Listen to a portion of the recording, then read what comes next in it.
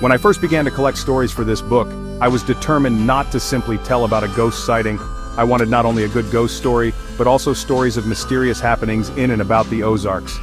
Actual stories, with a beginning, a middle, and an end. A story with some guts, not just another. He was standing at the top of the stairs, or she walked the veranda every night at midnight.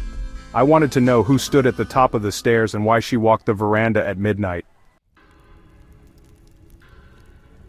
The first thing I realized was practically everyone I spoke with had a ghost story. Well, not a story, more like a sighting. Or they knew of someone that did. The second realization came as a bit of a surprise. Practically every inn in the Ozarks has a resident ghost. There are too many of them to count, but I wanted just one good, haunted inn story. Of all the B&B owners I spoke with, only a couple of them were willing for me to use their names and that of their B&B. All the others preferred that I did not.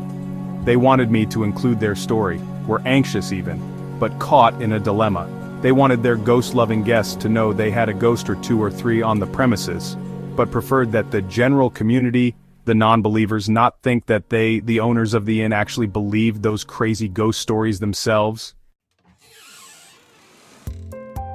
So here's the most interesting ghost at the inn story I've heard so far, and I'll tell it here just as it was told to me, with this exception.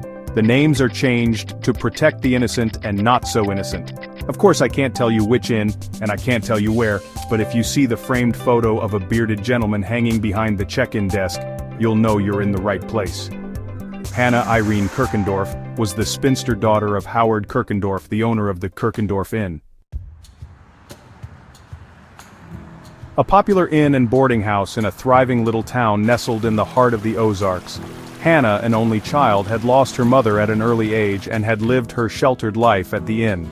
Her father and grandmother, ever fearful of losing Hannah too, had perhaps protected her too much.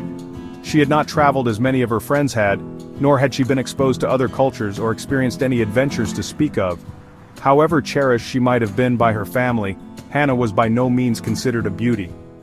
Her father called her somewhat aquiline nose aristocratic, and her grandmother always praised her fashion sense and artistic ability.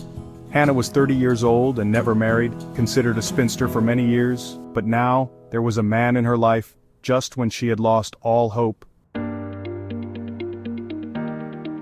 He was a traveling salesman from Chicago.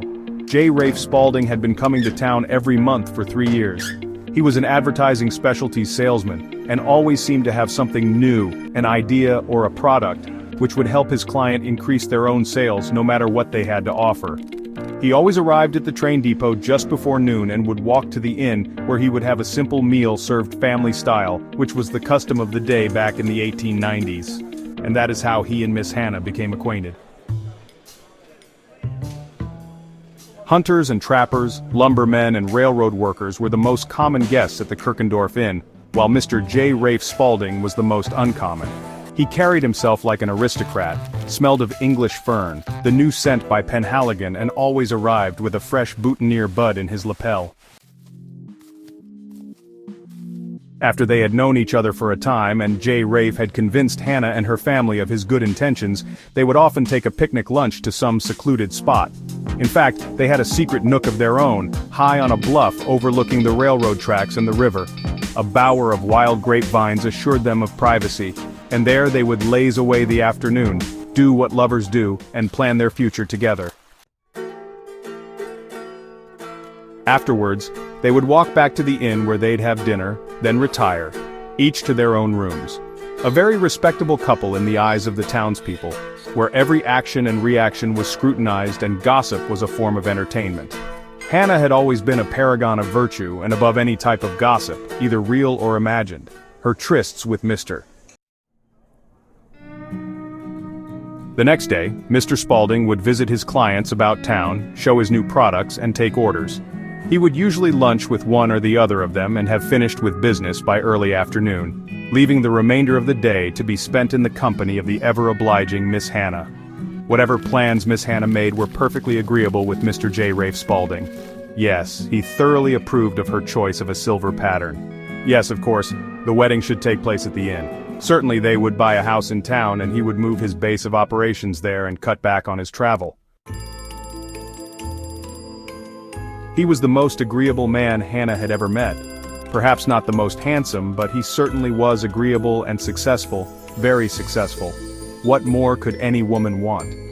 Year after year had passed by with Hannah's friends getting married one by one. Hannah was the last left unwed. She had come to believe she would never find the man of her dreams, but now she realized that it had been her destiny to wait for this man. Jay. The date was set, June 28th, in honor of Jay Rafe's late mother. Hannah and her family would take care of all the wedding arrangements. She and Jay Rafe had met with her minister, the matron of honor, and all the bridesmaids were selected, the church reserved. Jay Rafe was in charge of the honeymoon arrangements, which he refused to disclose. A secret destination, he said, which he would disclose on the day of the wedding. Hannah had not a clue that Mr. J. Rafe Spaulding had a wife and 3 boys back in Springfield and had no intentions of marrying her or anyone else. And this was a scenario he'd played out many times before, and play it out he did, down to the very last minute, and only then did he abandon his newly intended but also his local clients as well. He would then move on to the next venue. In fact, Miss Hannah Irene Kirkendorf would soon be gone. The HIK, initial she'd been bullied about throughout her childhood, would cease to exist. When she married Mr. J. Rafe Spaulding, her initials would change to his, an altogether respectable, even appealing combination of letters. Hannah spent these last few lazy afternoons of spinsterhood daydreaming of her future as Mrs. Hannah's hope chest had been filled to the brim long ago, her silver pattern, Dresden by Gorham, and her china, Frisia by Brookside. Everything purchased through mail order from New York City. Her silver service, handed down from her grandmother, who was now in her 90s, was excited beyond measure that she had lived to see her only granddaughter marry. Her wedding dress, the one her mother wore 35 years ago. Her father was so very proud. The newlyweds would live at the inn while they looked for a home, no hurry in that department. Hannah's last 2 letters to Jay Rafe had gone unanswered, but that happened occasionally when he'd been detained in another city. The Monday of Jay Rafe's expected arrival, the Monday before the wedding, Hannah went to the train depot as a surprise, but Jay Rafe was not on the train. It had never once happened in the 3 years she'd known him. Jay Rafe Spaulding had always been on that train on the 3rd Monday of the month, but of course everyone misses a train now and again. Hannah held back her fears and went back to the inn, making up excuses on the way.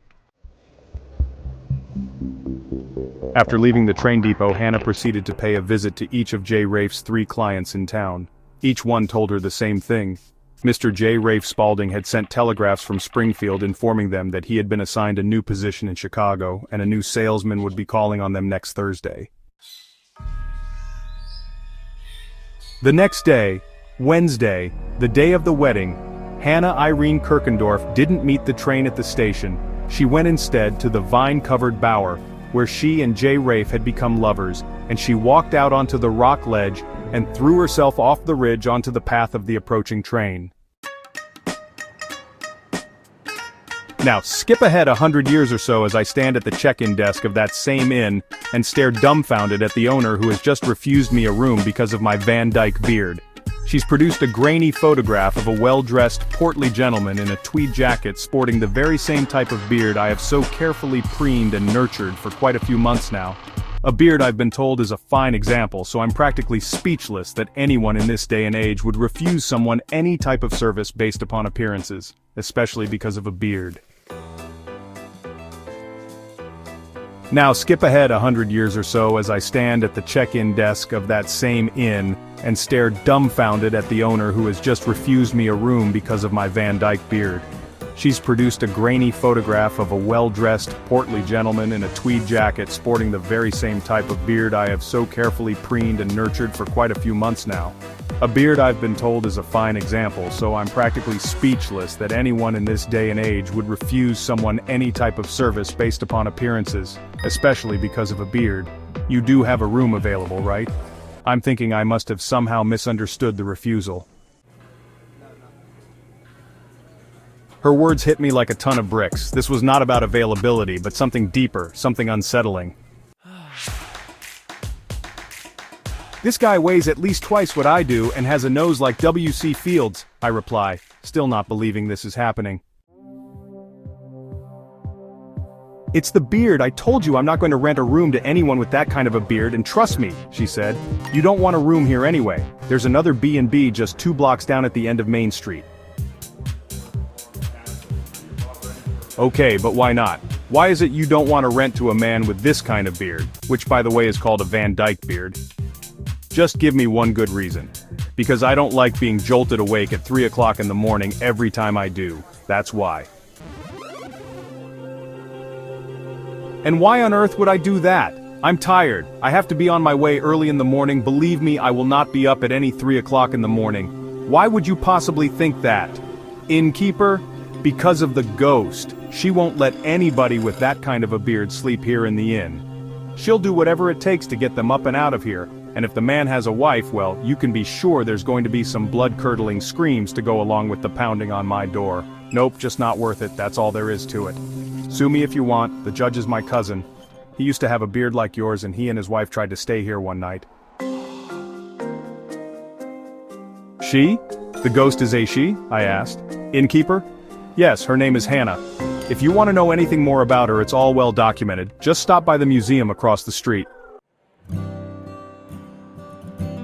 And so I did, just after registering at the B&B at the end of the street. And yes, there are plenty of newspaper accounts of the spinster's tragedy, as it was called.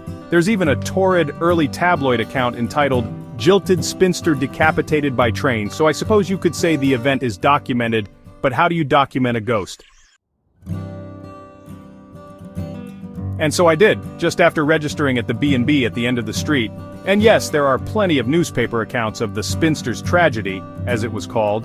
There's even a torrid early tabloid account entitled, Jilted Spinster Decapitated by Train, so I suppose you could say the event is documented, but how do you document a ghost? As for what I believe, is there really a ghost in the inn? Is it really Hannah, the jilted lover that was left at the altar, so to speak? I don't know, but there really was a Hannah Irene Kirkendorf, and she really did throw herself off that ledge onto the train tracks. But what makes the owners of the inn believe their ghost is Hannah? Well, when she appears she's wearing her wedding dress, covered in blood and carrying her head in her hands.